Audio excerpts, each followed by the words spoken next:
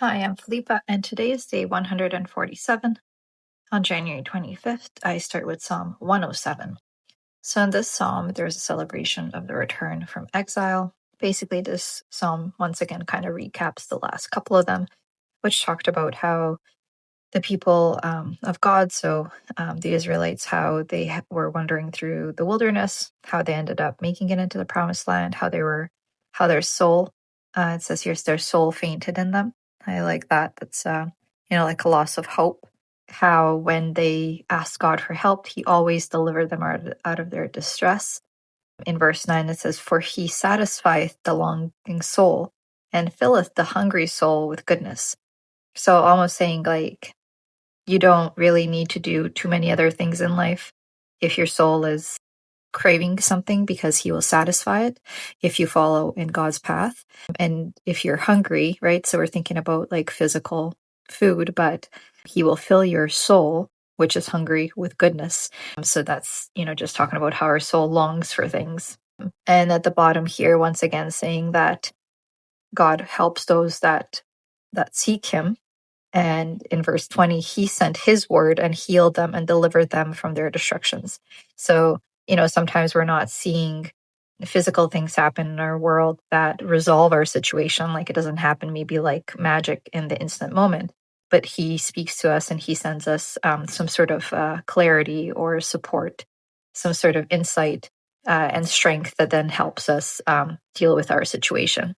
So this psalm basically just talks about, once again, how the people of Israel throughout their whole plight would sin, and how then God wouldn't really help them. They would be in distress. Then they would see that that they're suffering, and they would ask for God's help, and then He would help them. Then He would come into their lives and bring them out of distress. So in Psalm 108, David praises God's faithfulness. David just basically talks about how God's always been there to protect, to provide mercy, that he is faithful to helping David overcome these troubles. And in verse 12, he says, "Give us help from trouble, for vain is the help of man," recognizing that, man can only do so much to help himself, but you are the one that actually makes a difference. In Psalm 109, David prays against slanderous enemies.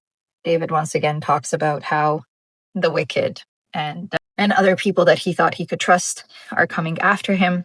And he goes on this very, very big spiel about, asking God to punish these people, asking God to destroy these people's children, their generations, their wives, to let their name be blotted out from history, to curse them. And then interestingly, in verse 21, he says, "But do thou for me, O God, the Lord, for thy name's sake, because thy mercy is good, deliver thou me." So he's saying, but hey, don't just do these things just for me. Do them for your name's sake, because these people need to be punished and they need to see how benevolent and powerful you are. So that's kind of interesting. So that is it for day 147. I will be back tomorrow on January 26th for Psalm number 110. Thank you for listening.